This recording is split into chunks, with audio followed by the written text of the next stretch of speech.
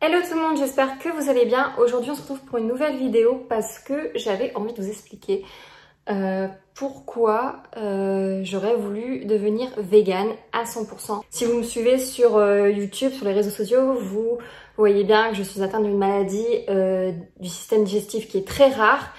Et malheureusement, je vais vous expliquer pourquoi je peux pas devenir végane à 100%. Devenir végane, oui, parce que déjà je me rends compte, alors plus en grandissant puisque j'ai 28 ans maintenant, je me rends compte qu'en vieillissant, la cause animale me touche encore plus qu'avant. Derrière votre morceau de viande ou autre, il y a un animal qui a été battu à mort pour faire ce morceau de viande pour vous nourrir.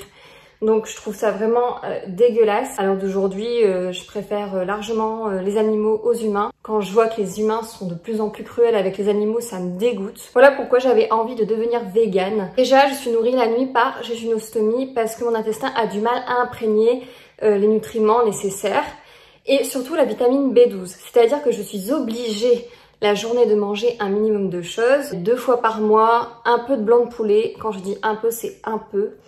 Et aussi du poisson. Je suis obligée de garder les 2 aliments là pour pas faire chuter ma vitamine B12. Après, il faut savoir que voilà, j'ai acheté aussi de la viande végane. Végane à 100%. Donc vous avez un peu de tout. Vous avez des nuggets. Là, ça va être la période barbecue du beau temps. Sachez que vous avez aussi des saucisses végétales pour faire du barbecue. Et des morceaux de poulet, donc des nuggets, tout ça végétal, ça existe. Je sais plus dans quelle marque, mais ça existe. Ça coûte pas si cher que ça. Moi, j'ai acheté donc cette petite viande là, c'est des escalopes au soja blé entièrement végétal. Là, en plus, vous avez un score nutritionnel, Nutri-Score c'est A.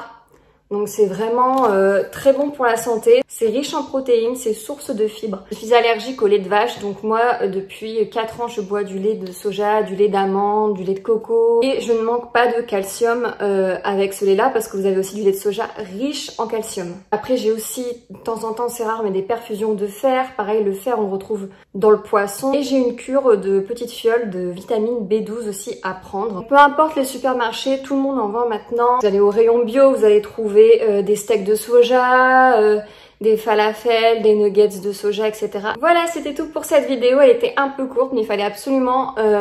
ça me tenait à cœur. N'oubliez pas, faut aimer les animaux et pas leur faire du mal. Et oui, et je vous dis à très bientôt dans une prochaine vidéo. Bye!